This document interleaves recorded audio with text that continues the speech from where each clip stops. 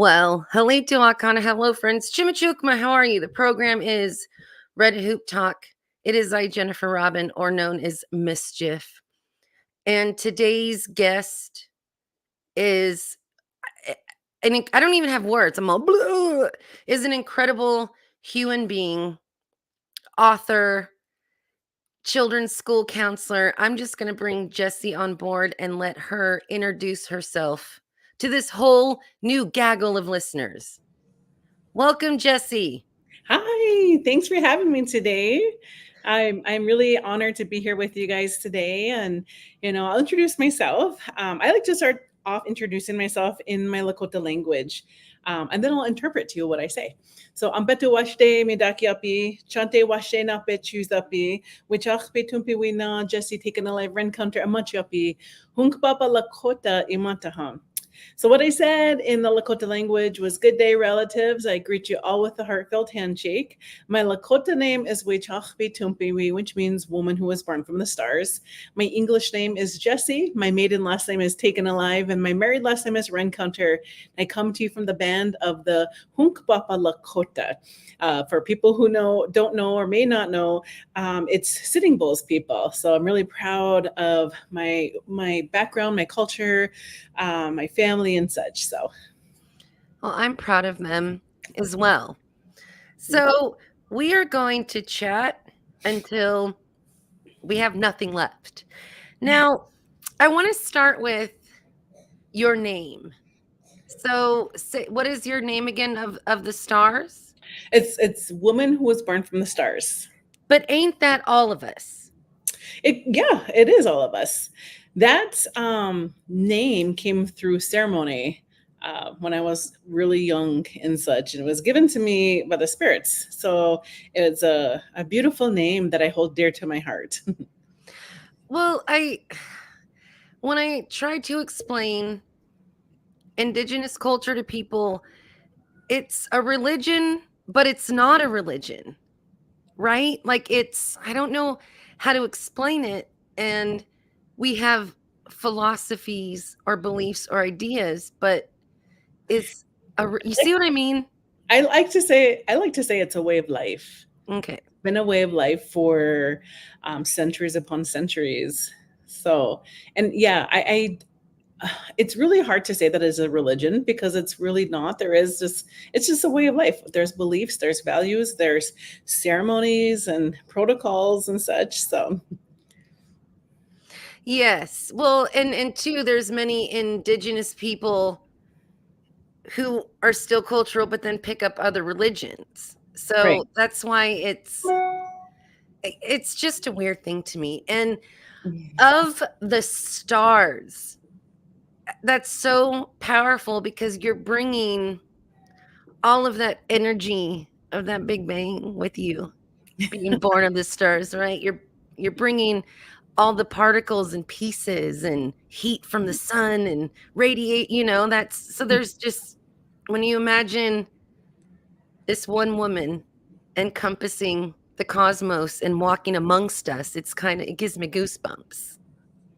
Oh, thank you. That you saying that gave me goosebumps. So yeah, it's our Lakota names, or like our spirit names. It's how like the spirits recognize us. And so when we say our prayers, we acknowledge ourselves as our spirit name, our Lakota name. So And it's interesting too, in your introduction, I'm not just dissecting you to pieces, but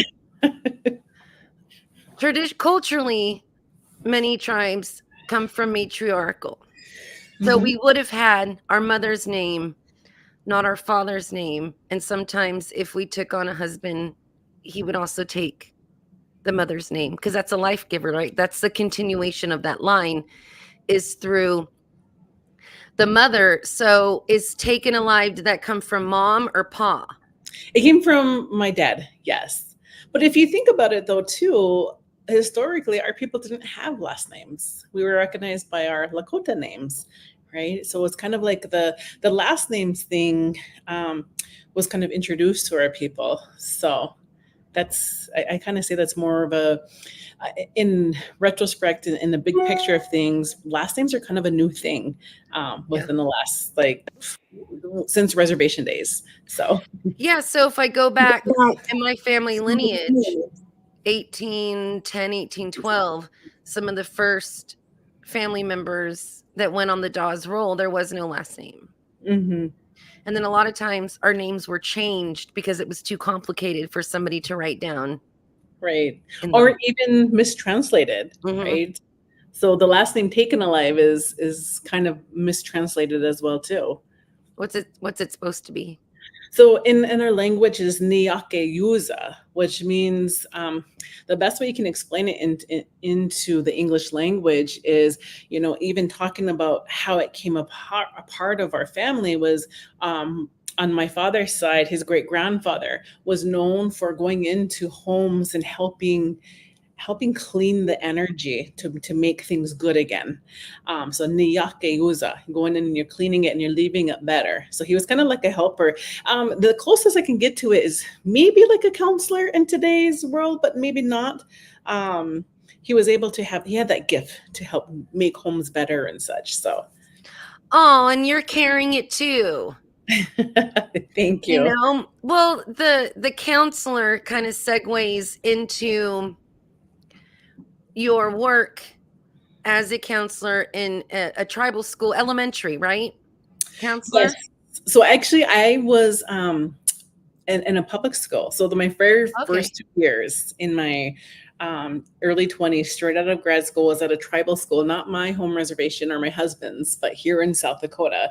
And then we came to Rapid City, where um, it's a big public school district, but we have close to 30% Native students in the school district. So I worked with a lot of Native students over the years.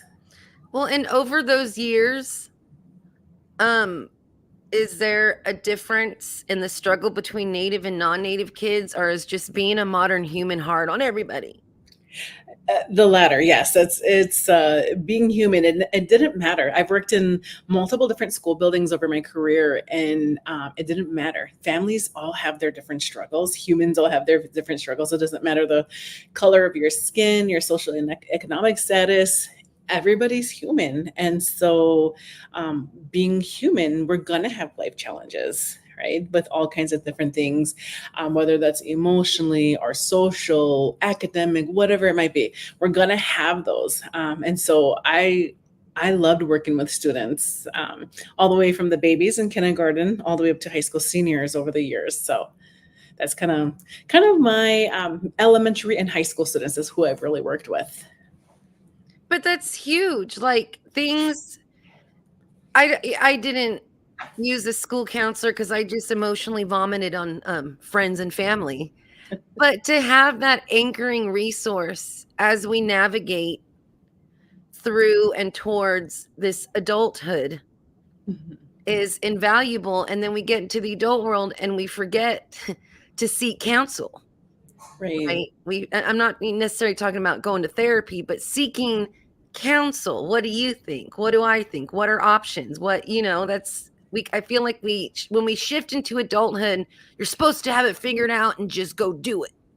I think so. I think you're right. I think, there's this, for some reason, there's this idea out there in our society that thinks that we have to have it all together, right? And that it's almost a sign of weakness to ask for help, not just counseling, but other people in general. And so, but actually, asking for help is a good thing. It's a source of strength, I think.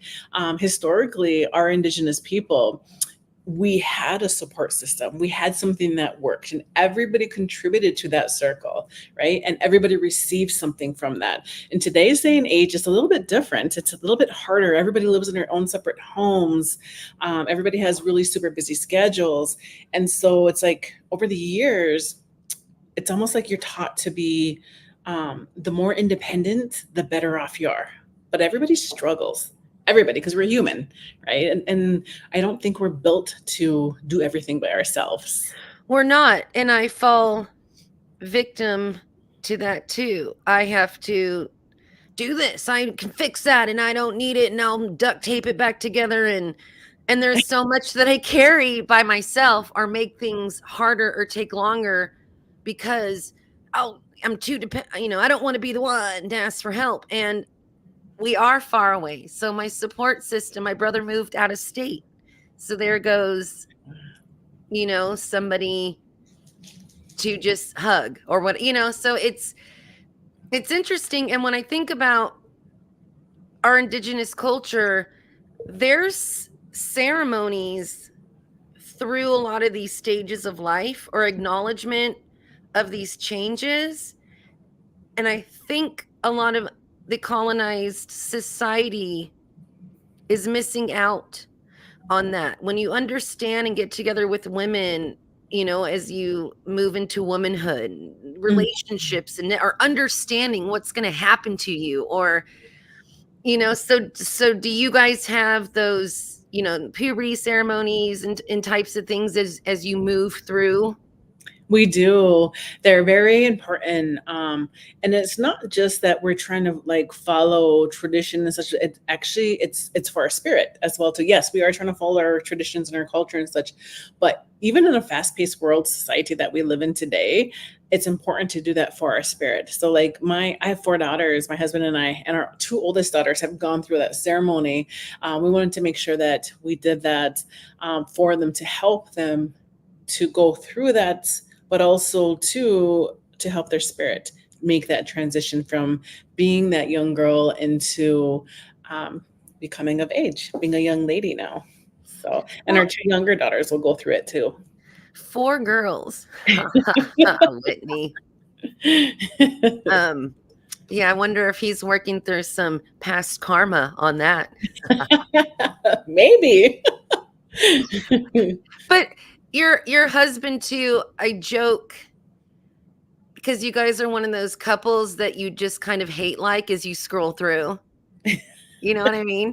But you legitimately care about each other, and there isn't that competition of I'm the man, I'm supposed to do this and you stay in your place, woman. And he really has, over the 5 years that I've watched you guys, truly embraced and celebrated this tidal wave of book writing and touring and incredibleness that you're giving to us. He has. He's been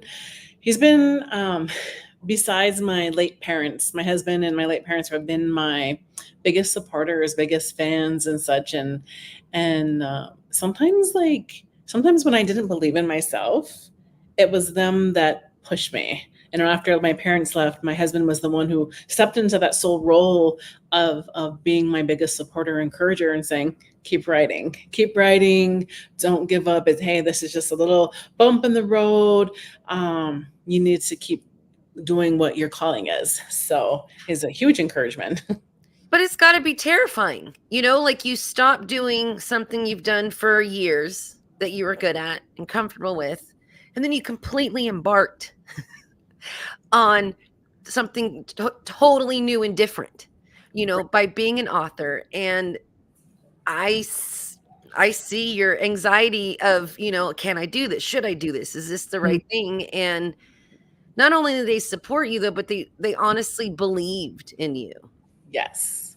It was a little bit challenging to make that because, for our audience who don't know, I was a school counselor for 15 years, and this is my 3rd school year, simply being my own boss and doing my own work, being an independent published author, doing author presentations, consultant work with different Native organizations and such. It was really a scary move because for 15 years, I had a secure paycheck. I had a job that I was used to doing, and I was comfortable at, and I got good at. I had relationships, rapport that I built with students and staff members.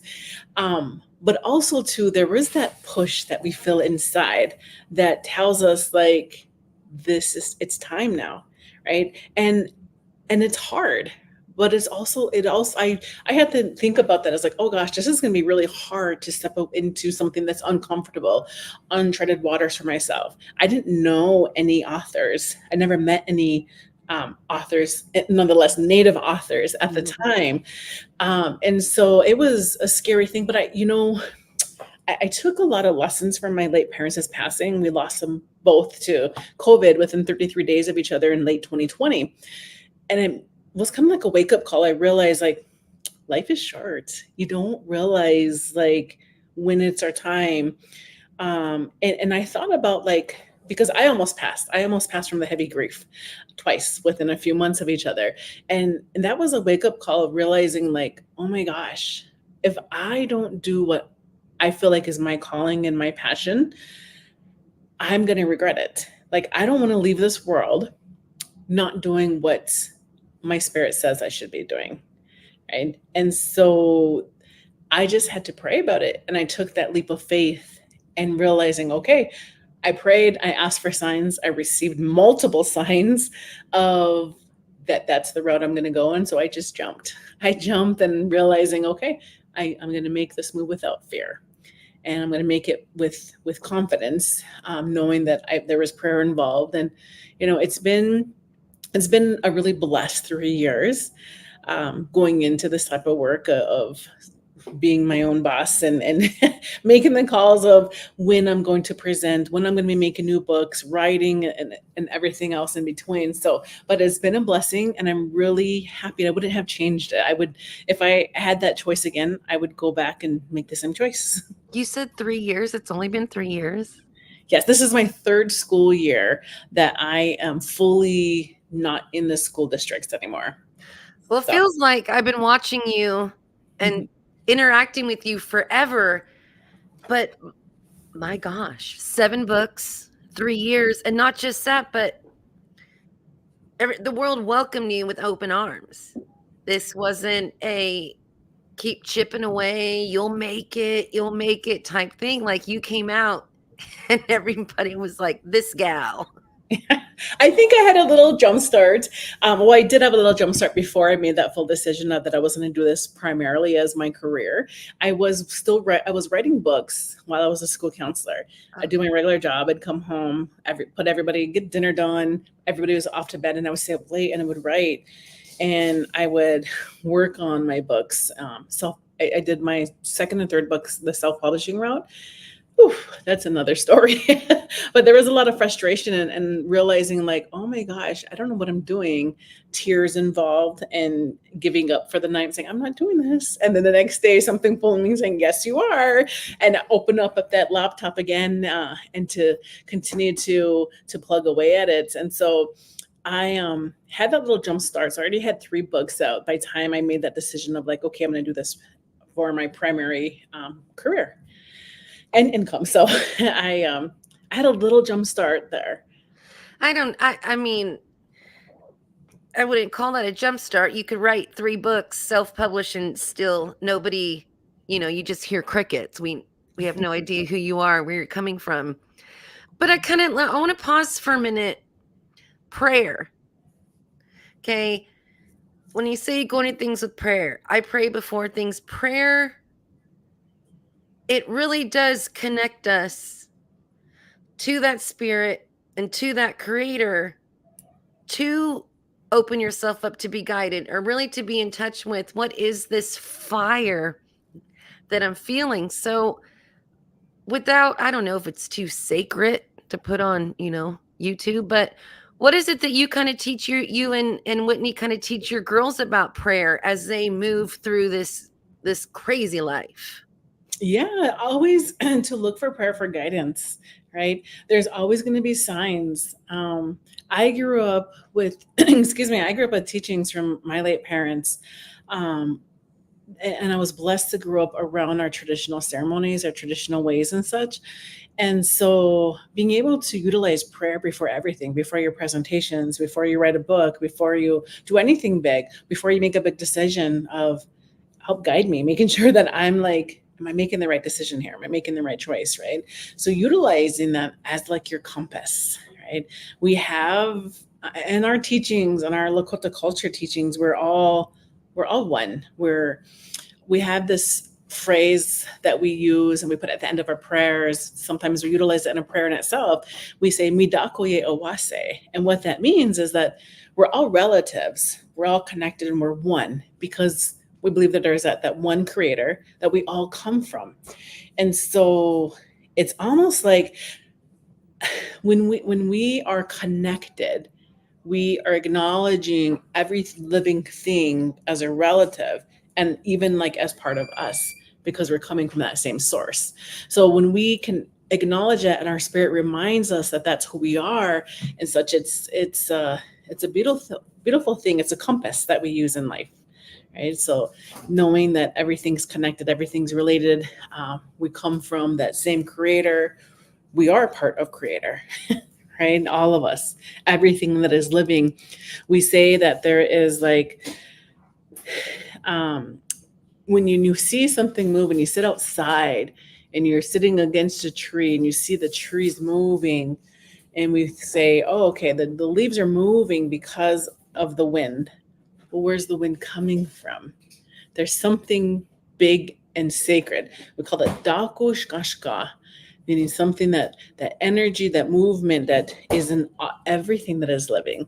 And so when we know we're part of that, when we acknowledge that, we use it as a compass, as a guide, and to get through this journey we call life. Yeah, many of us have been at a wedding or something, and they say I do, and a gust of wind comes. Or, at a cemetery sitting solemnly, and all of a sudden a big burst of wind in the leaves. Or so I understand what you're saying about the signs, but you, woman, seem to be doing a lot of work when you're awake, but also when you're asleep. You are a dreamer. So how do you listen to the dreams that you have and not feel like your brain's just making it up when you're asleep? I feel like there's differences. I feel like we're all born with gifts, right? And historically, a long time ago, we all had those gifts. Some of us were healers, some of us were dreamers, some of us were storytellers, some of us were artists doing the artwork and such. We all have gifts, right? And everybody utilized those gifts, not just for themselves, but for everyone in the tribe. And so when I think I started having these when I was probably in upper elementary, maybe, I started realizing like, whoa, like these aren't regular dreams. I just know they feel different. They're different types of dreams that you have when you go to sleep. Because we all have dreams.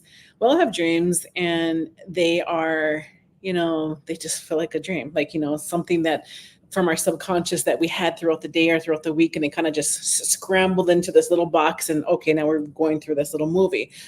But the dreams that have messages, they feel different. You just know. That's all. That's the best way I can explain it, is that you just know they feel different, right? Of course, I have the regular dreams like everybody else as well too, but they're these ones you just know. But besides you just knowing, your ability to articulate what you dreamt is amazing. I wake up from something and there's no words, or I can't remember a chunk, or right after my grandfather died, I had a dream that I made him something, and I kept looking for him to give him that thing I made. I was looking for him. But what happened before that or what happened after, I don't remember. Right? So it's just I'm envious of this ability you have to. It's not really even lucid dreaming. You're not trying to be in control of anything, but you wake up and you have those memories of that dream. So that's a big deal. So that makes you a dreamer and a healer. I feel like it helps that I'm a storyteller. Like that's one of my gifts, is being able to create something and storytell it, like through writing or through orally talking about it. I being able to recognize it and organize it. Like some of us have that ability to do that, and some of us don't. Some of us, our gifts are singing. That's not my gift. Right? So, or even making art, that's not my gift. Right? So it's just, we all have our gifts. And you have your gifts as well too, Jennifer, and everyone in our audience listening has their gifts as well too. Now, speaking of gifts, I believe all those little children that you have interacted with over the years all have gifts. And I remember being young and comparing myself to somebody else instead of trying to learn or listen or acknowledge my gifts. It was, I wish I was athletic like so and so. I wish I could sing like so and so. I want to pay, there was this weird, am I not enough because I don't have these flashy gifts? And I can assume that you dealt with that a lot with your youngins, or am I just so emotionally backwards that these second graders are better than me? No, I honestly think it's a human thing that we Okay. all experience some of us experience it as kids, some of us continue to experience as adults. I've seen that happen as well too, where people say, well, I wish I had this. Wish I had that, but it's just about acknowledging and knowing that everybody has gifts. So when we're busy acknowledging everybody else's gifts, we forget to look at our own gifts, and we forget to kind of work on our own gifts and share our own gifts. So my message to children and even young adults that I used to work with is like, find what your gift is. Focus on that and don't focus on anybody else's gift, because that's their gift. And they had the ability to recognize their gift and to be able to work on that gift, to share that gift. That's what they're doing. It's kind of like they're allowing their own light to shine, right? When we're so busy admiring somebody else's light, we forget about our own light, that we have that same light as well too.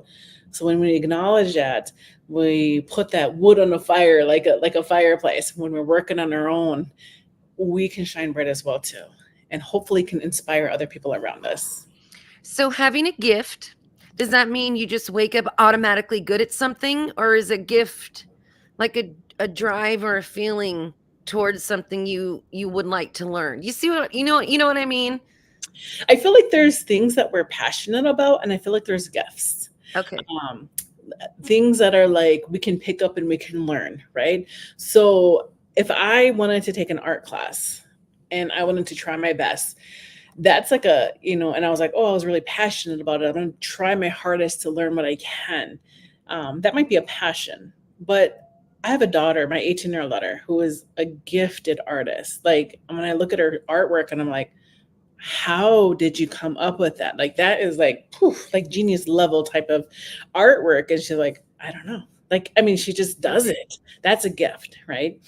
And so I believe that our gifts we're born with, we come with into this world. And sometimes when we just sit still and when we feel, we know what those gifts are. And my gift of like storytelling and writing, I was so excited as a first grader when my teacher told us that we were going to write a children's book, or we're going to be an author. So what she said, we're going to be authors and write our own books. And something just lit up in me. And I was like, oh my gosh, like we're going to write our books. And I thought my books were going to be all over in libraries and in bookstores and such. And the idea of that was just exciting, because I was like, oh, I can create things. Like I love creating stories. I love using my imagination, and people are going to use these or read these. And so that sparked that. I remembered, like ignited that memory of me of like, okay, I'm a storyteller, right? And that happened back in first grade at 6 years old. So Wow. I think we all know that our spirits know what our gifts are. We just have to pay attention. I'm just talking to the school council lady right now. Well, how do we nurture each other's gifts? Acknowledging, right? Acknowledging, and when someone has a beautiful voice and they can sing and it just makes you feel good, you're going to acknowledge them and say, wow, what a beautiful gift you have. Or my daughter, who is an amazing artist, wow, your artwork makes me feel beautiful. Like it's just like it makes me this, brings comfort to me. Like you're so gifted. Acknowledging each other and saying, basically like saying, I see you, right? I recognize you. So That's beautiful. Well, I want to get into books because I can't believe like half an hour went by and I'm just like, Miss Jessie, can you fix all my motions? Miss Jessie, can you explain the spirit world to me? Miss Jessie, I was being chased by a giant potato in my dream last night. Is that anything from anywhere? No? Okay. But I'm imagining that with your gift of storytelling and then also your gift of just being loving and comforting and connecting with people were the first 3 books that you were chipping away with late night. Were they kind of inspired by the themes, like consistent themes you were getting from kids over the years? Yes, for sure the first one. And which one was that? The first one was Peta Shows Misun the Light. Okay. This was my there you go. Yep. That was my very first book. And so that actually resulted as a prayer, answer from a prayer that I had. And so working at a school of 650 kids, there was always crisis. It was a high needs school, and I was the only school counselor. And so I was always on the go. It's a good thing I was young, in shape, a runner back then. I was always literally just up and down the hallways, right? Everything seems like it was like a little crisis all the time. And there was a particular day where it was really challenging. And I thought, I was like, I don't think I can do this anymore. Like, I'm giving, and I feel like I can't help these kids, in these really tough challenges that they're experiencing, trying to figure out why their loved ones, why their classmates were doing these hurtful things, and trying to help them understand that doesn't have anything to do with them, right? Their loved ones who were suffering from addictions or maybe abandonment issues that these children were going through, trying to help them understand why this is happening to them. I went out to our beautiful Black Hills, which is a very beautiful, sacred area for our Lakota people. It's where our birth creation story takes place for our Lakota people. Went out there, prayed. I cried with tears, and I asked for help. And I was like, I don't think I can do this. Like, I don't know what to do to help these children. Laid my tobacco down, and 2 nights later was given this beautiful message in a dream where this man came and shared with me some beautiful teachings. And then I took his teachings and I turned it into a story. And then that became my first book. So yes, came from a result of work with the children, but also through prayer. So you're not the first Indigenous talented artist out there, right? Who is given a song, a story, a script from the spirit realm or dream realm. And I always ask, do you have to credit that person or pay them 10%? Like, I had one gal say, I didn't write this song, the ancestors did. Oh, are they producers on the album now? What's happening? I don't. I like to acknowledge it. I like to try to normalize it so people know that we're connected. There's a veil there, but there's no disconnection between us and that spirit world. And so the messages that they come to us, and we just know, because it was like, for me, a lot of the books were just like, the best way to explain them were like instant downloads, like how you download something onto a computer, right? That's like the closest way I can explain it. And so when I share things that I'm like, oh, this is okay, my light just came up, but that's okay. You need to wiggle your arms. I like to share that this comes from prayer, as a result of prayer, and to normalize that, hey, you can get messages through dreams, you can get messages through whatever way, that the spirit world is always in connection with us. So that way, when other people have these experiences, they don't think they're crazy. They know that, okay, so-and-so has done this, so-and-so has got their messages this way, okay, and to normalize it.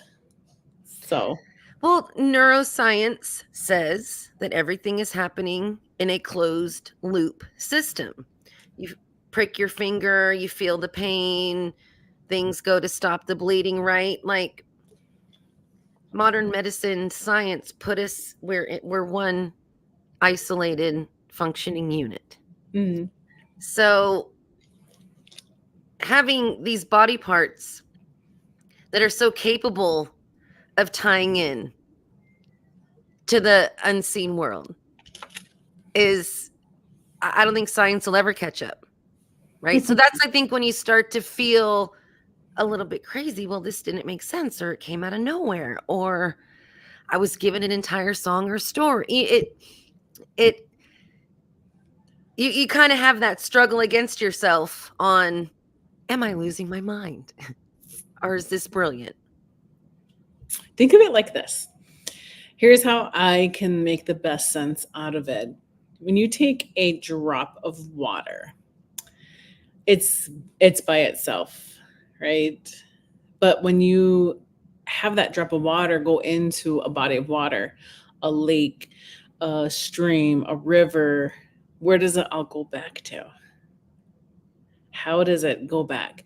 Everything will return back to the ocean. And when you take all those, I don't know how many gazillion drops of water from the ocean, they may appear different, but they're all part of the ocean. And so we're all connected. And these drops of water, when you look at them individually, they look like it's just by itself, right? And sometimes these can go into snowflakes or ice little crystals and such. They look like they're their own thing, but they hold the memory, they hold the knowledge of all the other water drops, right? And sometimes you get back to the ocean through the rivers, the streams, the lakes, ponds, and all that stuff. Or sometimes you get back through evaporating in a form of a cloud, or whatever it might be. We all end up back there, and that's kind of like the best way I can explain it. And that actually helped me with my unchi, my grandmother, my paternal grandmother's passing about 10 years ago. I remember leaving my school, my work office, and not wanting to cry. When I got home, it was like November here in South Dakota. So when I got home, I parked in front of the garage and I sat and I sobbed and I was like in shock.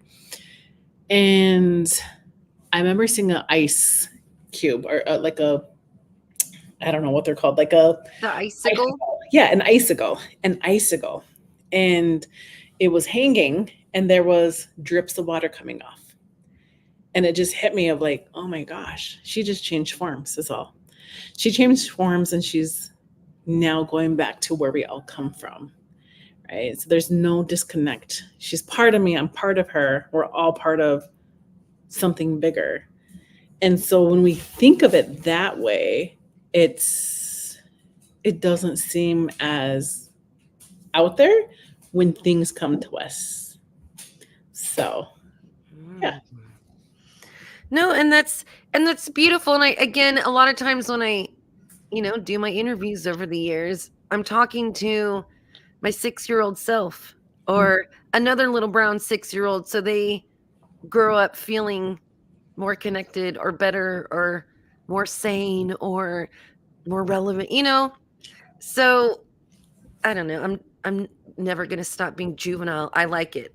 So I want to go back to PETA, Shows Misun the Light. So what is a quick run through without like spoiler alert? Sure. Peta is how we say it in our Lakota language. Peta means fire.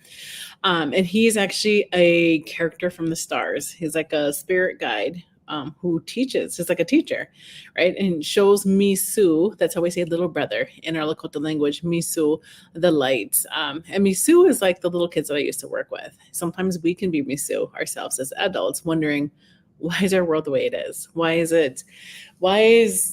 there hurtful things that go on? Why is there division? There's fighting, there's wars, there's all these things, right? And trying to wrap our head around why the world is the way it is, all the hurtful things. Well, PETA comes and he takes Misu on this beautiful journey to help him understand why the world is the way it is, but also empowers him to know that he can make a difference, right? Because sometimes we think as individuals, that illusion that we're individuals, sometimes we think as individuals that we can't do anything, that we can't make the world become a better place because I'm one person out of what, 8 billion people, right? So PETA shows Misu this how the world works, but it also helps them understand compassion and forgiveness, beautiful things that we forget to have, um, love, right? And also empowers him to do his part, I guess, in making the world become a better place. So I left the beautiful parts out in the middle, the messages and such, because maybe there's a reader out there that wants to come and read it, and I want to encourage them to read it. This book is the storyline. What happens to Misu is actually what happened to me in my dream. So the messages. Is there a specific age group, or is this something you can read to your 2-year-old as they grow Well, up? Do you know what I'm saying? Like we have the books that we read until we're 7. right. I say that this is probably, I say for kids who are like I've seen preschool teachers use it with their kids. Parents use it with their kids who are as young as like 4, 5 years old. But I've also seen adults use it in recovery circles and in such recovery centers.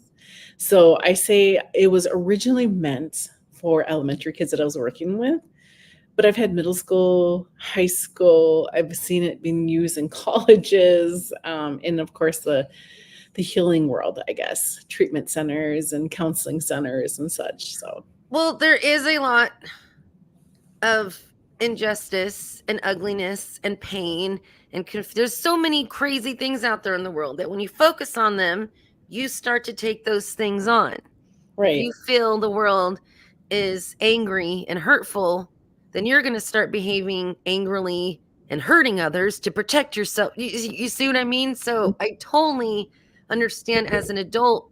And a lot of people that struggle with addictions, they're sensitive folks. Mhm. They're trying to escape feeling a lot of terrible feelings. Mhm. So that, you see what I'm saying? Like I being like able to move through that is huge. I like to say and try to compare it to everyday things that we have in life, like a radio station or even a TV station. We know that there's stations out there or different TV channels out there, right? Hundreds of them.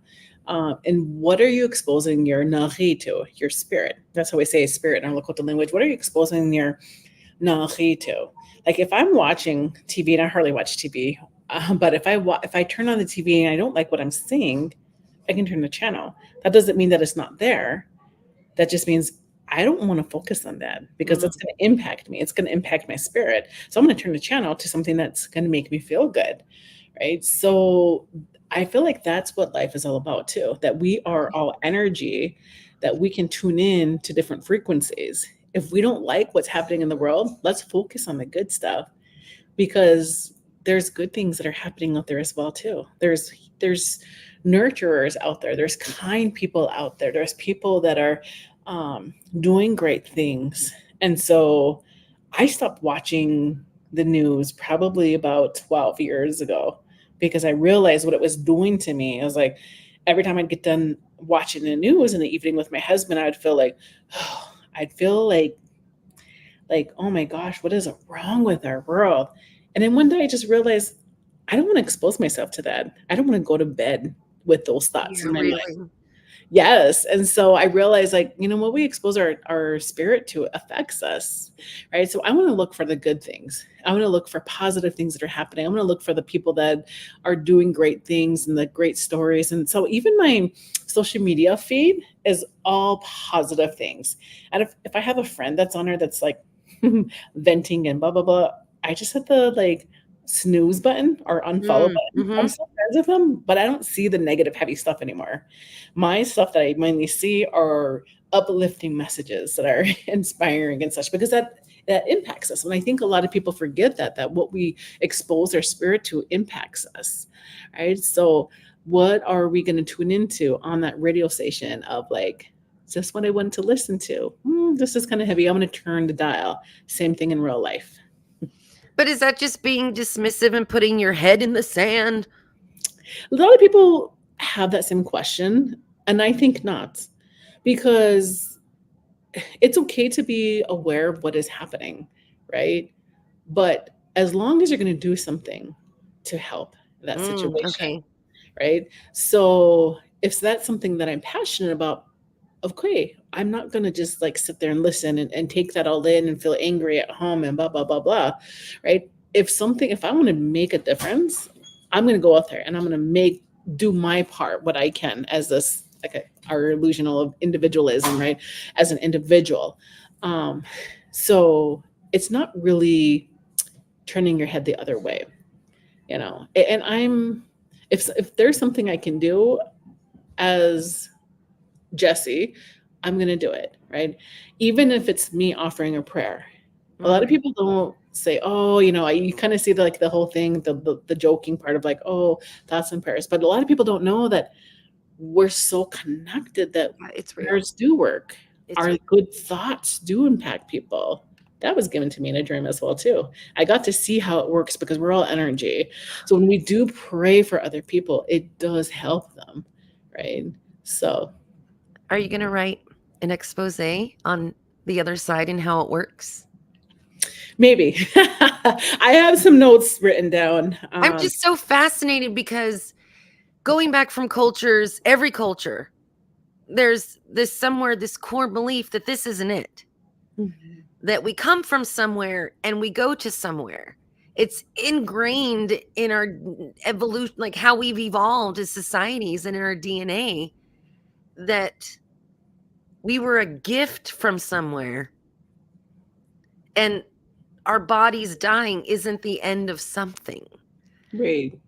So, and then I also wonder straight up, like if you're so tapped in, how come nobody's given you the winning lottery numbers yet, or the Super Bowl winner? Mhm. Because that's not what was important or what's important. I want to go back to that topic though about like being here, right? And something else, because if we take a look at some of the pictures that like NASA and such, all of our scientists, astronomers and stuff are taking and showing us of what's out there. And you try to grasp your mind around the idea of how tiny of a little speck we are in the universe and how many millions of galaxies there are. It makes you like realize like, one, first we feel really tiny, right? We feel like a grain of sand in the Grand Canyon. Um, and then two, wow, I'm here. It makes you feel important though as well too. Like I'm meant to be here on this little grain of sand, grain of sand in the Grand Canyon. Um, and so of course there's going to be more. Why would this be the only thing that we get to experience? And I think, even if we reach our 100th birthday, this is a sliver of what we call time. I don't think time exists, but how we measure time, it's a sliver of time. And so we're here for a really short time. What do we do in that time? For me, I always share with my daughters and the kids that I work with and when I do presentations and such, I always encourage people like, how do we leave this place better than we came? What do we do? How do we make that impact? And it doesn't have to be anything grand. We don't have to discover and invent things. We don't have to write books or make movies. It's our everyday interactions with people. That's the important thing. That's how it's our interaction with a stranger at the grocery store. It's your interaction with somebody who's in her car and we allow them to go first. That's how we're making a difference. That's how we leave our impact. Even if they don't know our names, that's how we make the difference. That's how we make this place a better place before we leave, right? So. Well, I like how you said you don't have to write a book. You don't have to make movies. You don't have to design and build skyscrapers. You don't have to have a major corporation. These market members of success, these ideas of success or lineage or things like that. When you were talking, I just kind of ran through in my middle-aged life all these random kindnesses that decades I still remember. Mm-hmm. Somebody Mm-hmm. that bought me that coffee and just walked away, didn't talk to me. The random person who helped me with the flat tire. New Year's Eve, my car went to heck and I got brought home by the CHP, California Highway Patrol here. And my officer's name was Angel, right? See? So Oh, wow. they're all, even though I got brought home by the cops on New Year's Eve, um, but I absolutely, utterly, and then going back to the news thing, if you focus on this and focus on this, if there's war, live an example of peace, right? If there's greed, live an example of generosity. Like I'm starting to see, oh, okay, just Mm-hmm. being mad at something that's terrible really doesn't do anything for myself or anybody else. Oops. Right. Right. Dang, Jessie, I'm seeing a talk show forming. Like, caller, you're on the air. Hi, Miss Jessie. So I have a relationship question. Like we could. Oh, boards are lighting up here. So, okay, I got to focus on like 7 books. I was like, oh, we'll talk about a few books. Your cute kids, your annoyingly adoring husband. But we got like 7 books. So, what was the second book? So, second book, actually, there was a lot of requests from readers, parents, grandparents, educators. Make a book for the little kids, like the ones who are learning how to read, because the first book was kind of wordy and it's kind of out there for like the preschool, kindergarten kids, right? And so I was like, okay, what can I write about? Like, and I didn't know. Like, I didn't know. The second book came to me um, at a time when our nation and our world was in despair. It was in turmoil, basically, with COVID just hit. The world was shut down for a couple months. Up in Minnesota, up in Minneapolis, our relative George Floyd, Mm. the thing with that. Before that happened, there was an experience I had, this dream, where this lady came, and it was kind of like I had sleep paralysis, right? Is basically what it was. I had sleep paralysis, and I was like, oh my gosh, I can't wake up. And for people who are listeners who don't know, sleep paralysis is basically where you're like, oh, I can't move my body. Like, I know what's going on around me, but I can't wake up. It's like your mind's awake, but your body's not, right? So every time I have that, I'm like, oh gosh, like that's the time where like I receive messages or whatever. And I'm a big scaredy cat.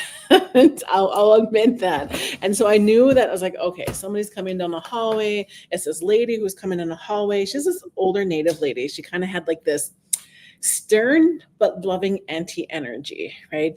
And I'm laying there and she comes over and I can feel her right bend over by my bed. She gets into my ear and she says, word for word, this next book. And as she's done, she says, it's like she was downloading it, because it's like, how do you memorize all this word for word, right? She says it. It's kind of rhymey, whatever. And at the end, she kind of gives us this stern thing of anti-energy of says, no, wake up and write. And as soon as she says that, she says it in a tone of like, no, wake up and write. And as soon as she says that, poof, I'm awake. And I'm like, oh my gosh, that was kind of scary. And so I get up and I tell my husband about it. And he's like, well, you better write it down. And I was like right now? He's like, write it down. I was like, okay. So I did. And it's called We Are All Related. And it's that old like Oh, you got all the books stacked up. Okay. I was like, I knew what was coming and I was ready. That's okay. No, keep it up there. Midakoye Owase, that's an ancient phrase used by our Lakota people, acknowledging every living thing as a relative, right? And when we can acknowledge everybody and every living thing as a relative, it helps us realize that we're not above, we're not below, that we're equal to everybody else and everything else. When you can acknowledge that the plants and the trees are a relative, it makes us think like, do I have the right to take this tree's life? Do I Mm. have the right to just go and kill this animal, right? We're acknowledging it as a relative. We're acknowledging that it has life, that it's sacred. Everything that has life has sacredness in it because we're coming from that same source. So it's just a reminder, and it's a short book, um, rhymey kind of type of thing, big words. Um, and at the end of each page is, we say all my relatives, and how she said it to me, though, this lady during this experience, how she said it to me was, midako ye awase. So we say midako ye awase. And I was going to put it that way, and I should have maybe, but it was like, okay, well, there's probably non-Lakota readers out there that might have a hard time saying that. So I just use the English version of it. Well, yeah, but it's an English book, so it works. But is there anywhere yeah, you got it on the cover that it says what what it means. So you're not keeping it a secret, but you're just making it easier Yes. um on us barely English readers. No, I'm kidding. So this was another one of your self-publishes, correct? Yes. Correct. And talk about the feedback from this book. This is for a little bit younger kids It is. than the light. It is. It's I like, so before I get into the feedback, I like to say that we're all born with this teaching. And so the babies, the little ones that this age for, it was written for, they already know this. I'm just trying to help remind them to keep that Mm. in their spirit, in their mind throughout the rest of their life, to help them remember this knowledge, right? That we're all related, we're all relatives. Everything living is a relative. The feedback, a lot of people say they love it. Teachers, parents, grandparents, guardians, and such say it's a beautiful teaching. It helps us, and the projects that I've seen classroom teachers do from this, and the conversations that they've had with their students and such is amazing. It's really cool. Teachers are really creative, so I love being able to hear some of the projects that they've done with their students. And sometimes it's a day-long project, sometimes it's a week-long project. I've even had the story used in a town up in Minnesota where they were having race relation problems with the Native community and the non-Native community, and they utilized this book as kind of like the source of conversation. And so they invited in some artist, an amazing artist by the name of Jeremy Fields, and his friend, his wife, who's actually my friend. I call her like my soul sister, Collins. This couple went up and they painted a mural, and they did activities with the town, and the town used these little tiny canvases, and they hung them all over downtown in stores about what does that mean, midakoye owase. And some of the kids, the teenagers, the adults, the grandparents were involved in this, and to know that, wow, this was a very important,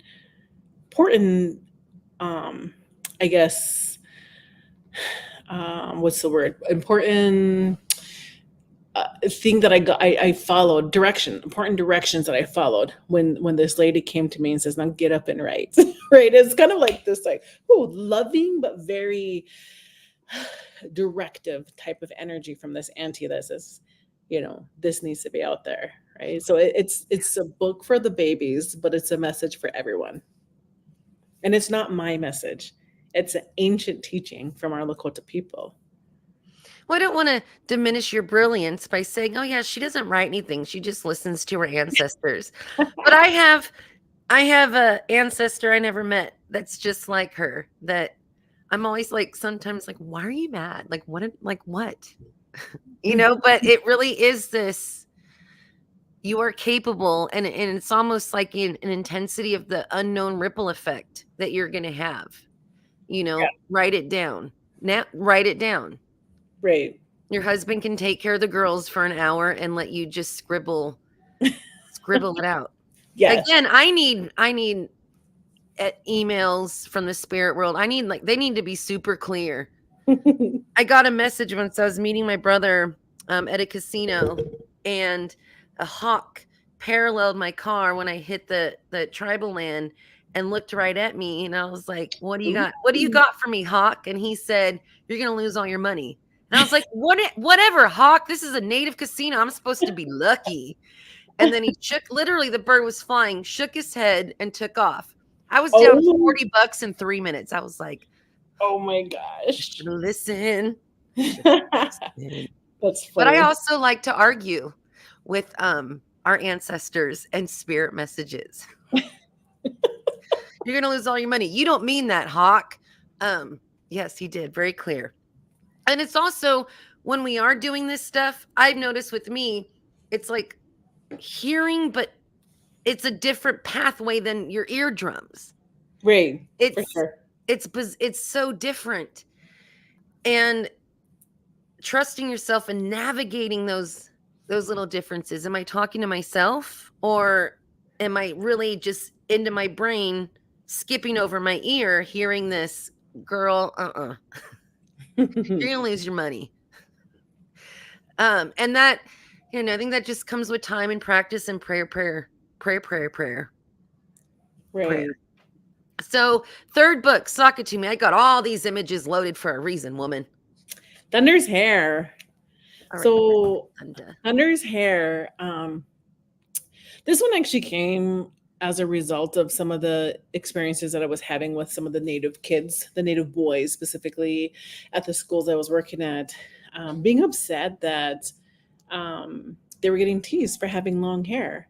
And even though their parents, grandparents, they grew up with the teachings in the class, in the home, well, in the classroom, it was a whole different story, because in society, you have this, what people call a norm of that guys have short hair, girls have long hair, right?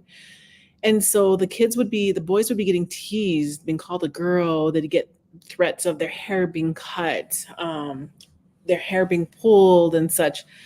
And they'd end up in my office, mad, upset, in tears, frustrated, that they just wanted to have their hair cut. They wanted to have their hair cut because they were tired of the bullying. And even though it would remind them of the teachings that their parents and grandparents would teach them about the significance of her hair, they're like, I don't care. It's too hard to come to school. It's too hard to be made fun of and whatever. And so they would, after they were done with my office, they'd go back into the classrooms and in the playground and wherever else, and they'd have the same experiences. So it didn't matter how much I try to empower them. So I thought, okay, here's an opportunity to write a story. And this actually, the idea came probably about 8 years ago or so to write this. And when COVID hit, we had a lot of time. So I thought, it's time. It's time to write my book. I need to write it out. I had the idea and the basis of it. And I just one night sat down and typed it out within half an hour. And I was like, okay, there's my story. There's my book. And another self-publishing extravaganza there. Well, my poor sweet little nephew is in first grade now and has long hair. Mm-hmm. And even before he was in school, we'd even be at like the county fair, and a lady would hand him an ice cream cone and say, "Here you go, sweet girl," or things like that. And my cousin used to puff up a little bit and like, long hair doesn't just mean girl. And then she just kind of shut down. And so he kind of learned that, I don't know, that those subtle, like, well, just don't correct him. It's not worth it. Mm-hmm. And here he is in first grade, now becoming more aware of that teasing, the bullying, and then how does he articulate or defend himself that this is my culture. This is right. So that's what the book is. The purpose is to educate others about the significance of long hair. Not just for the females, but for the males as well too. The teachings, and I originally wrote it thinking that, oh, okay, well, maybe just our Lakota people have this teaching. But what I found out was that it was almost a universal teaching amongst our tribes, the hundreds of different tribes throughout the United States and Canada. And after I found that out, I was like even more excited about the book because I was like, okay, well, more tribes can use this, more classrooms can use this. And so it was about educating not only just the peers, the classmates, but also teachers as well too. Normalizing that it's okay to have long hair, that it's actually for thousands of years males had long hair. Um, and it's not just because, okay, well, they didn't have clippers or a barber shop. It's the teachings, the significance of the long hair. In addition to that, throwing in my school counselor lens of some teaching about like empowerment, of being proud of who you are, but also accepting those who are different than yourselves. The third one, putting it in there, of what do we do when we are victims of bullying, or if we witness bullying happening?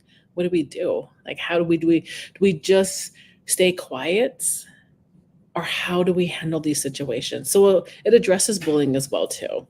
And it's kind of, actually not kind of, it's been a really popular book used throughout the United States, Canada, and such.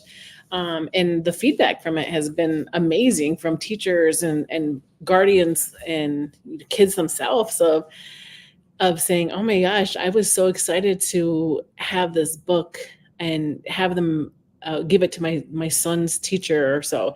And having the little boy have their hair in two braids, looking so proud and holding that book with them, it never failed. I'd always get teared up because I remember thinking, oh, all those nights, this is the one where I couldn't get the self-publishing done. I couldn't figure out the template and such, and I thought, I just not going to do it. It's not meant to be. Close my laptop in tears and frustration and go to bed, and the next day something pulling me saying, keep trying, keep doing it.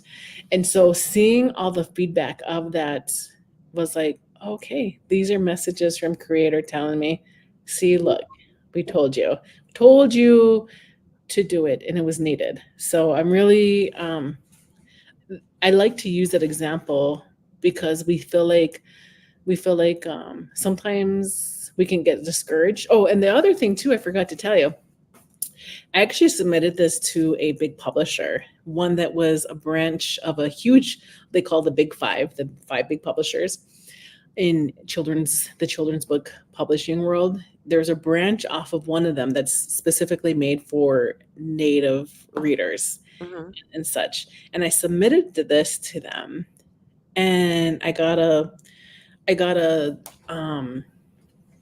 what's the word? A no. I got a big no, asking me like, who taught you, or like, who did you mentor? Who was your mentor? Who mentored you? Whose writing style did you use? And it was just like, I remember reading the email and my heart hurt. And I remember like crying, and I'm like, okay, it's not meant to be. I'm not going to do it. And then like a week later, after I was done, like being sad and feeling defeated and such, the idea came to me of like, self-publish it. And even through the self-publishing stage next, not knowing what I was doing, giving up and saying, okay, it's not meant to be. But there's probably been about 12,000 of those copies sold. And knowing that, it was like, oh my gosh, like, okay, this is a self-published book. I'm not doing any type of advertising other than social media. It's just word of mouth, right? That's how it's gotten out there. So it's really been exciting to see the journey of that book, and knowing the history, the story behind it, of how it was. I got a big no from it, and then the frustrations of trying to publish it. So it's huge. There's so far these just first 3 books, I'm understanding their success because these are universal concepts of respecting each other and how their culture dresses, looks, acts. Okay. And then we got bringing home We're all related. You're going to act different when you're related to something. Mm-hmm. And then kind of grappling with, why is there injustice and pain and heartbreak? So to be able to put those in children's book form, eloquently articulated and simple, I think is refreshing for natives, but non-natives. I think it's amazing that they have a resource to share with their class to teach them to respect the native kid or whatever.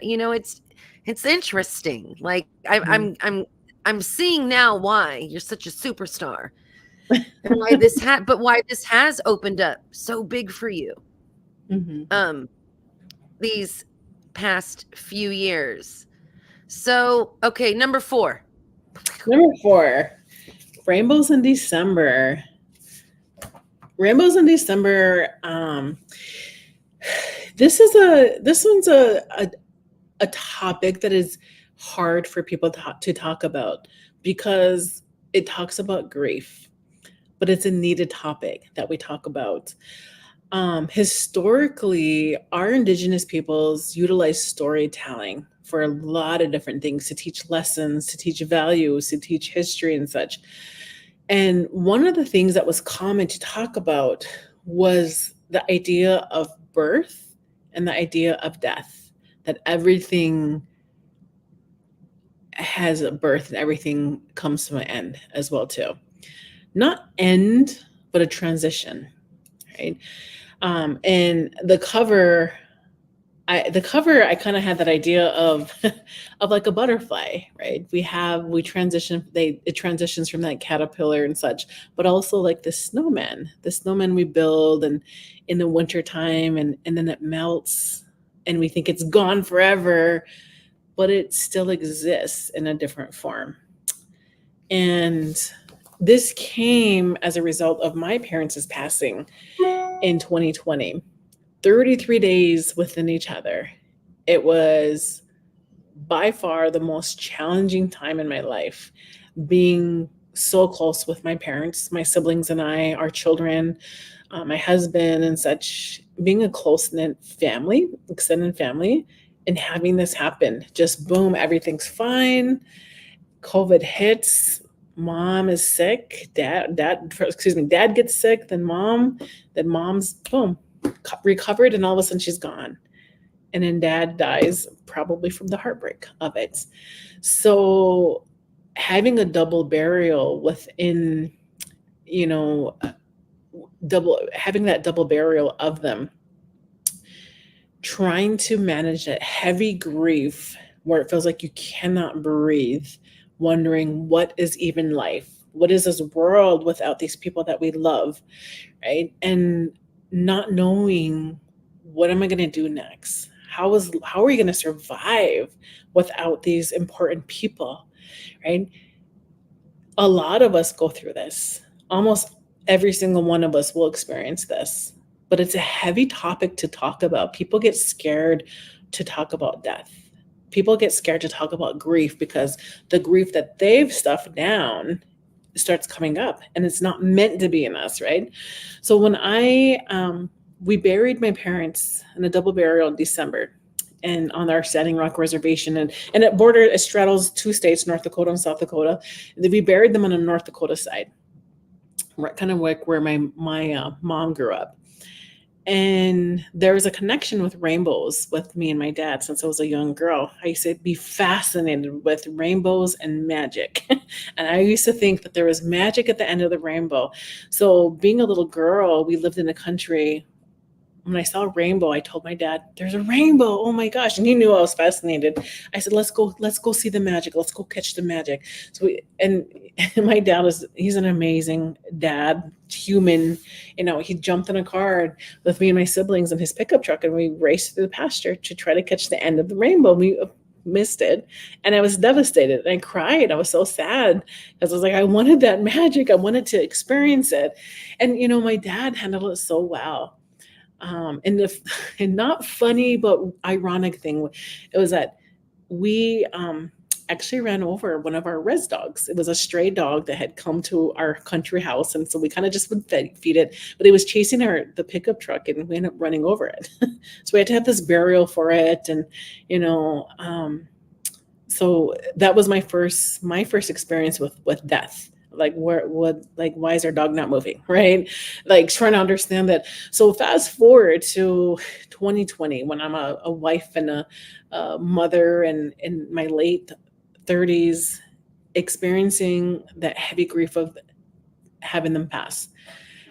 Driving back to their house in the South Dakota part of our reservation, about 45 minutes away, and the thought coming of like, okay, we're just going to go to mom and dad's and we're going to feel better and they'll help me feel better. Realizing, what am I thinking?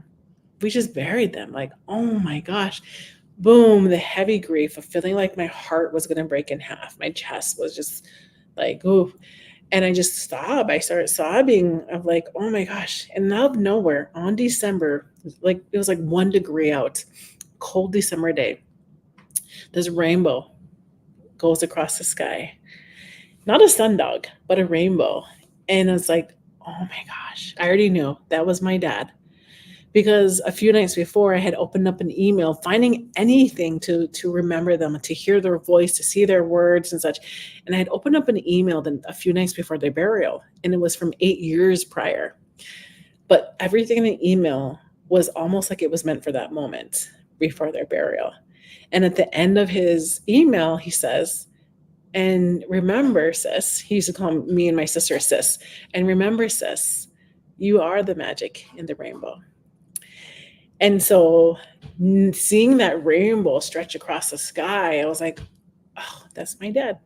They're okay, and everything's going to be okay. And the feeling of love that I felt from that was beyond this world. It was beautiful. And so also knowing that, like, okay, I was experiencing this grief, but I was also helping these babies, all these kindergarten kids, these elementary kids. I call them babies because they're babies, elementary babies, with their grief. And I was having a hard time with my grief. How are my daughters handling the passing of their grandparents? And I realized, I was like, I need to make a book. I need to make a book that helps normalize the idea of grief, help normalize the idea of death, but also a book that's going to help guardians, parents, counselors bring up that really tough topic of grief and death, right? And so I utilize a lot of our Indigenous teachings in there about how it's a transition, and that they can communicate with us and to look for the signs. So that's why it's called Rainbows in December. You did a live reading on Facebook, and I was like, oh, whatever, I like her. I'm gonna sit, and I sobbed.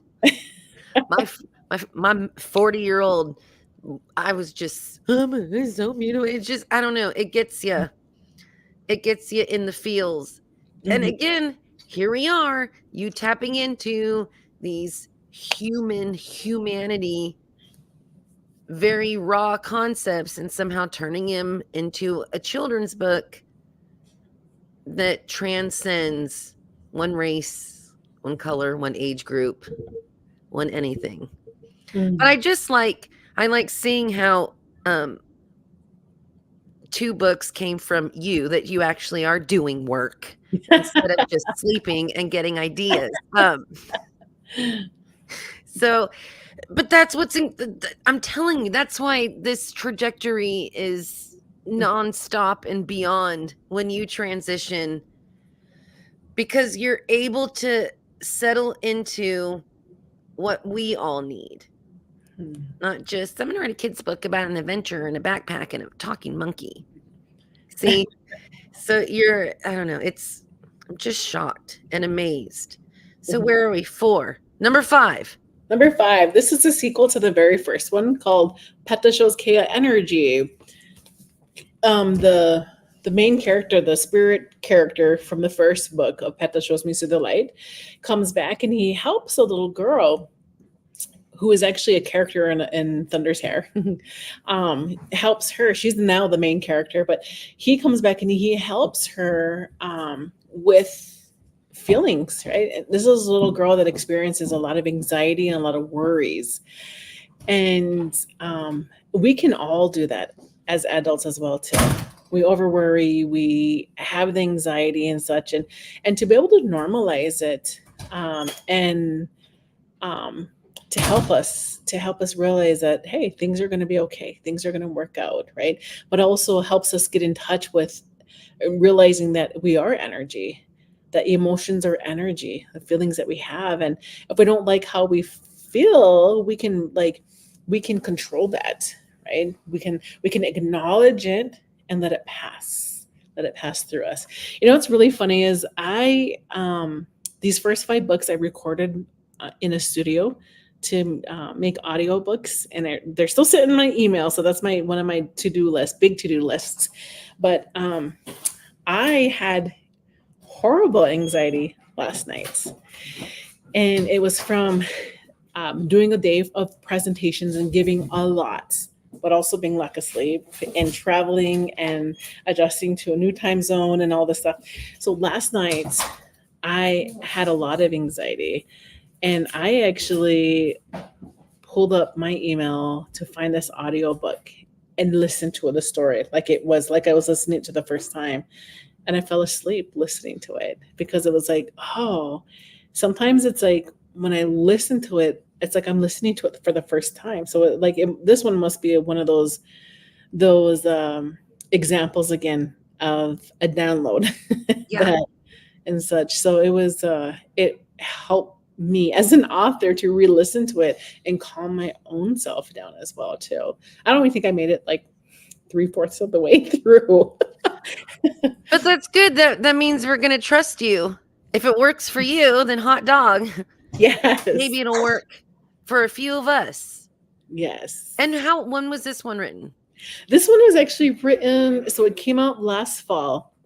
For some reason, I didn't do a lot of promotion on it. This is a hybrid publishing one. It's the same publisher that published the first one. So the crazy thing is I did a presentation in August or late July, and it was to a bunch of educators here in Rapid City, probably about 300 educators. And I had a 4th or 5th grade teacher come up to me, and she says, Jessie, she says, I have all of your books, and this one is my favorite book of them all. She goes, I think it's the most downplayed book of yours. You don't talk much about it. You don't promote it as much, but it is my favorite. I read it to my kids. We've read it multiple times last school year. And she goes, and I will pick it up myself and read it as an adult. So she goes, I need you to promote this book more so other people can discover this. And I was like, well, thank you. Thank you for telling me that, because maybe I need to take your advice. Maybe I need to promote it more, because it's not just adults, but also kids suffer from worries and anxieties as well too. Being a school counselor, seeing that happen, especially during COVID, the kids got younger and younger, and also being that kid myself growing up. I had a safe home.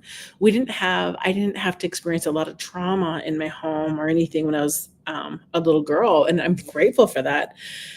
But I had anxiety. And there's this thing called intergenerational trauma that has been passed down in our DNA, and we can hang on to that. So even though it wasn't mine, I'm still carrying it, and it's still impacting my life. And I think that happens to a lot of us. So being able to acknowledge those instead of being in our fast-paced world of go, go, go, go, go, on the go, we got this deadline, that deadline, I got to race across town to do this. Sometimes acknowledging, hey, what's going on with me? What is this feeling in my chest I feel? What is this headache, the tension in my neck? What's going on here, right? Being able to pay attention to that, acknowledge it, and being able to like releasing and knowing that, hey, everything's going to be okay, right? So that's that one. Normalize. Mhm. saying normalizing these things. And when you normalize it, it allows us to experience it and experience it with each other. And, I got a family member going through it right now. And I just keep saying, like, everything, you are reacting exactly how you should be. Well, Mm. I feel bad. I feel that. Nope. You are clinically textbook reacting the way appropriately. Well, I'm angry. You should be. So, Mhm. um, but all my relations, these things connect us. So it's more than just, oh, all living things. It's these experiences You're that we, human. yes, Mhm. that deepen that relation. Right. So I don't know. I'm freaking out. I'm such a huge fan right now. And I don't know. And you talked about, advertising your book.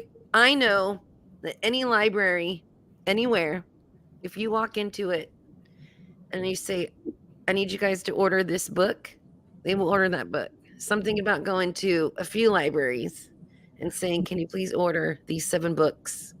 And they do it. So then people can check them out. So we also, as citizens, have the power too to bring these stories into our communities without paying for them ourselves. We'll make the county do it. Did you know that? Did you know that? Did you know that? I think that's cool. Maybe you told it to me. It's been years. No, I think Tim Tingle told me because he dropped the hint, like, it'll help me help you, help them. So that, yeah, that's huge. And I don't know. I'm just wondering how my life might have been a little bit easier. My soul would have grown up a little bit easier having access or having people understand parts of me through stories like this. We didn't have that. There wasn't. Mhm. We were lucky to get a black strawberry shortcake friend. Mhm. You know, That's one of the big reasons why I took that leap of faith, being scared and saying, "Oh, I don't know if anybody would even read my books. I'm just me. I'm just Jessie." But then remembering, like, I didn't have that experience growing up. I didn't see little Native girls characters in books. So that's why it was like, okay, I'm gonna write. and write and wrote. She did. Lord, my brain thinks too fast to write, and then when I do write, I can't read my own handwriting. So I'm more of a voice memo type of gal. All right, so we are at drum beat. Which we got? You got 2 drum books, and I feel like they came Yeah, out kind of to like they did. They came out as a pair, basically. booyah. So this is the original one. Whoops, I'll show you the Zania one. Yep, there we go. The Zania one, Zania and the Healing Drum. Zania means like health, in our Lakota language. So and there's a reason why I named him this little boy character Zania, because of what the drum beat brings. It brings healing, right?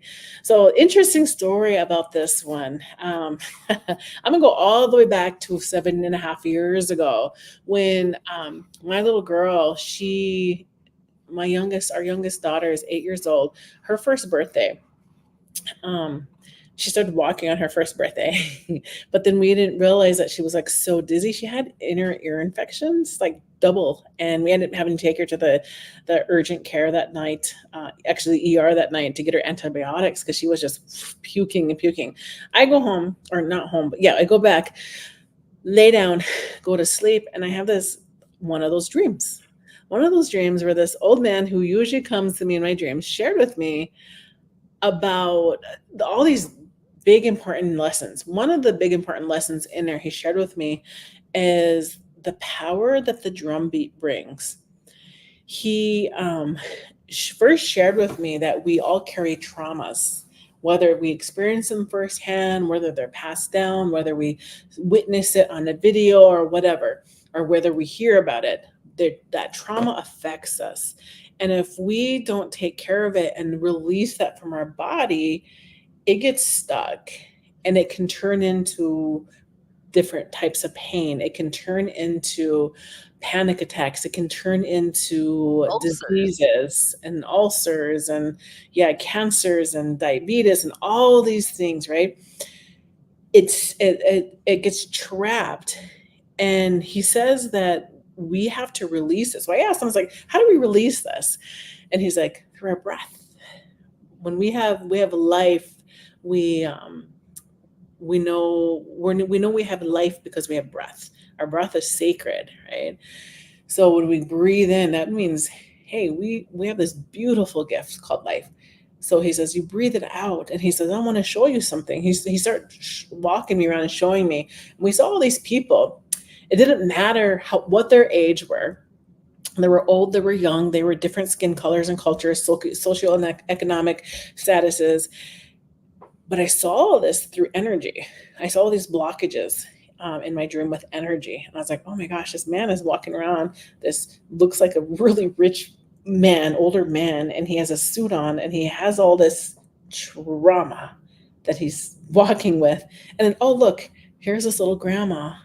She has all this trauma and it's turned into all these things. So I in my dream, I was like, I will never look at people the same way again because we're all walking around with it. Some of us have less because we've taken care of it in different ways. We've released it. Some of us have a lot more. And he talked about like medicating, right? He didn't use the word medicating. I don't remember the word he used, but he talked about how when we are not trying, we're not acknowledging it, we're stuffing it down through different types of how I interpret it was addictions, right? Through different types of whatever it's overeating or gambling or um, drinking types of anything like that, right? So medicating is how I interpreted it. And he says, here's something that will help. And I looked to the west because I heard a drum beat. And over the hill comes these four men and they're on each side of the drum, the sides and the front and back, and they're carrying this great big giant drum and they're singing. And every time they hit that drum, there's a vibration. I can feel it in my chest and my body and every single cell in my body, my dream. And I'm looking around and I look at all these traumas, these energy blocks of people, and I can see it like breaking up. He says the drum will help release that.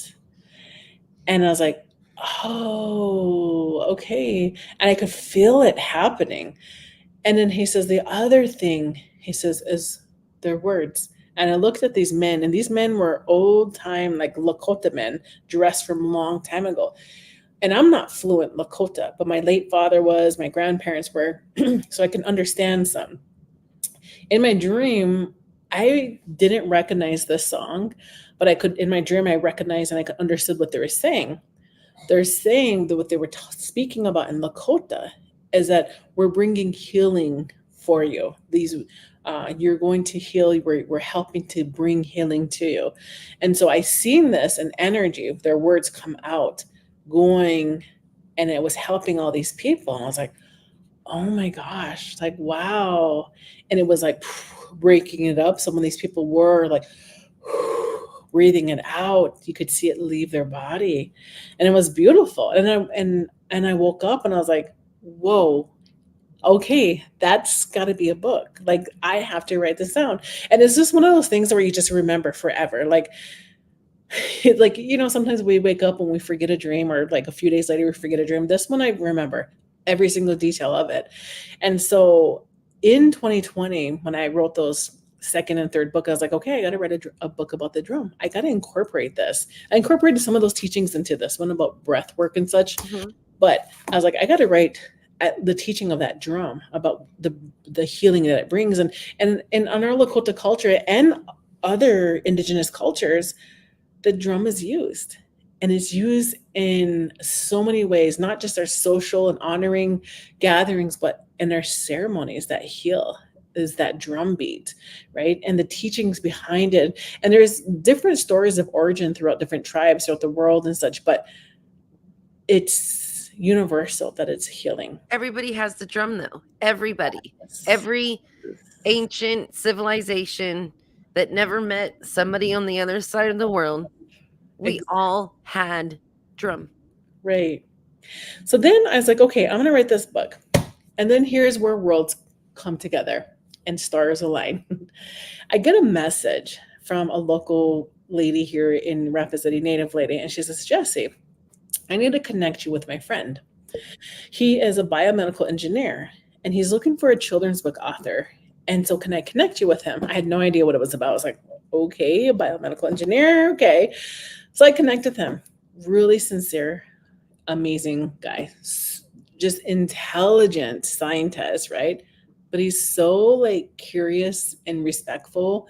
And he tells me about this research that they're doing on arthritic cells, where they utilize cadavers or extract these arthritic cells and healthy cells, and they're studying them. And he says, prior research and prior studies show that when you apply a rhythmic force to a cell, that it will help it. It'll help bring it back to how it's supposed to be. So he says, our research is we're studying these arthritic cells and we're taking a look at them and how they move. They kind of have like a dance to them. He says the healthy cells, they have this beautiful fluid dance. These arthritic cells don't. They don't move fluidly like how the healthy cells do. He says, and we have this equipment, we have these microscopes so we can take a look at it and we can take a guess at how they sound. The healthy cells, they sound like a drum beat. I got to listen to it. It's beautiful. The arthritic cells don't. He says, so we're thinking, what if we were to apply that rhythmic force of a drum beat? Will it teach these sick cells how to dance again? Right? And so he says, I'm applying for this grant through the science, I think it's like Science Foundation or something, to help us continue to do this study. And a small part of it, he says, I want to incorporate, because it sounds like a drum, I want to incorporate education about the Native American culture. Will you help me write a book? And I was like, whoa, Twilight Zone. Okay, I'm going to be writing a book about the drum. So creator put our worlds together. And after a few years of going back and forth, we came up with the Zinnia and the Healing Drum, where Indigenous knowledge and scientific discovery meets. And so it incorporates our teachings of the healing of the drum, the origin from the Lakota perspective of how the drum came to our people. And it follows the story of a little boy who his grandpa wants to teach him, pass down the tradition of singing and such. And that part is inspired actually by my husband, a true story of him being a little boy and his grandpa wanting him to sit down at the drum every day after school when he got off the bus, get dropped off at his grandparents' house. His grandpa would want him to sit down right away. He said, sit down, I want to teach you some songs. And my husband said, I was like, no way. The boys are waiting for me. Like, we're supposed to be playing football. What are you talking about? Like, I'm gonna ditch them for singing on the drum. And his grandpa was like, you gotta sit down. Like, I'm gonna teach you. When you're done singing, you can go out, right? Really, really kind, but also very kind of stern type of grandpa energy. So my husband did, and he sat down and he learned, and I'm really grateful because he learned all kinds of songs, power songs, honoring songs, and as he got older, ceremonial songs and such. And so the story follows that was inspired by that true story of a little boy who doesn't want to sing, but his grandpa makes him sit down and sing. But then he discovers a lot of the different teachings and such, our teachings as well as the scientific teachings in there as well too. So I'm excited about it. It's a more of a lengthier book for some of like the older kids, but we thought we want to make a book for the little kids that kind of introduces these concepts to them. So we came up with a shorter little kid version of it, kind of rhymey, kind of just, I mean, similar story, or it's the same story, but just written differently.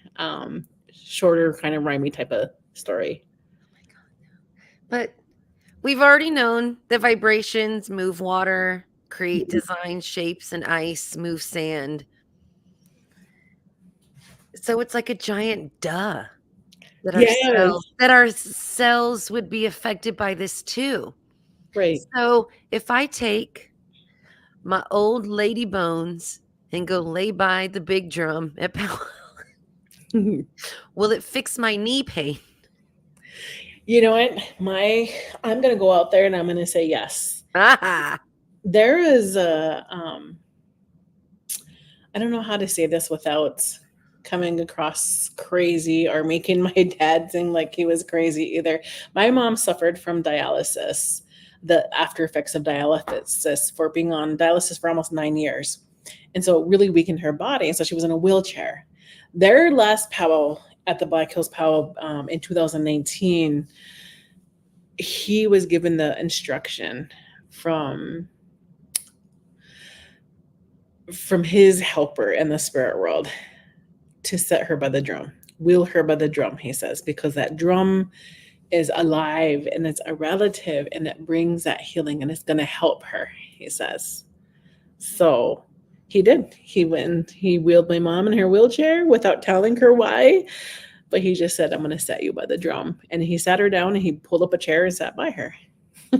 So it is amazing. Well, many times in indigeneity here on Turtle Island, we think something, we've observed something, we have a belief on something, and it's not validated until somebody with a PhD writes a book saying, oh, yeah, okay, they were right. And I feel that out of nowhere, this is going to be one of those things like our drum is healing, our songs are medicine, the vibration of our voice, the word, and it's going to be another, yeah, duh moment. Like we told you guys that 500 years ago. Right. And that's what we talk about with these books, similar story just for different age levels. It's we're looking at the same thing from different lenses. Okay. Scientific lens and the spiritual lens. So it's I'm really excited. It just came out. I never really asked anybody feedback on it from the few people that did purchase it. So what I would love to hear some feedback though from people. So golly, Jessie, I just can't believe how time fast is flying by. Oh, and I know you just got home from a trip. I know, you're a very busy woman and you got a gaggle of gals there at your house. But I want to do this again at some point in a different thing, maybe with the giant camera in your face, sitting comfortably in your couch, like in your finest beadwork, showcasing you fancy. But where can we get these books? Because right now I want to buy all of them. And I think of a different kid in my life who needs one of these books for a different reason. And they're all at different stages. So is there like a 7-book super pack or something we can get? Or how do I get my hands on this? That's a good idea. A 7-book super pack. I like that. You can find them anywhere online. And you will be able to find all of them on Amazon. Okay. Together. But I like that idea of bulking, like having a bulk book deal. Well, it would just make it easy on me because here again, we start how do you incorporate healing through vibration into a child's book when science is just now coming around to things vibrate? These are big things. It's not just so-and-so had a cat and the cat is cute. Let's write another book about cats. Mm-hmm. I'm shocked. I'm not shocked. I'm amazed. Shocked would assume that I didn't think she could do this. I'm just amazed watching you continue to do this. Now, I noticed when I was getting my stuff together that you have a website. Is that a good resource? Like, where's the best way for people to connect and say, I want you to come speak. I want you to sign books. I want you to be president. I don't know about the president part, but they can connect with me through a website. I have my contact information on that. My website is a work in progress, so I'm not the most proud of that that area. I'm not not the super tech savvy person with that, but there is contact information on there on my website on jessierencounter.com. And so for bookings, public author presentations, speaking presentations, and such. Like I said, I don't just only speak for with children and students. I've expanded my like work into working with adults as well now too. So because you're tapped into that humanity, humanness, and that's just a big gift. Because a lot of people can write, but they can't talk or connect or do presentations. Or so the fact that you encompass all these things and make it so easy for us to access this knowledge, and through such a pleasant person to giving us these messages. thank you. So I don't want to let you go, but I want to continue this in the future. Social media handles, where now that people are like, oh my God, where's the rabbit hole that we can run down with you? Sure. I'm a big Facebook person. I know a lot of people are moving away from Facebook, but I am a big Facebook person. Just because you can share a lot more than you can on Instagram on there. So I like to share a lot of different inspirational teachings, sometimes some of our own traditional teachings. You can find me on Facebook at Jessie Taken Alive-Rencountre. My Instagram is Indigenous_Jess. I have a TikTok. You're so cool. I'm trying to reach the younger kids. Indigenous Jess is my TikTok there.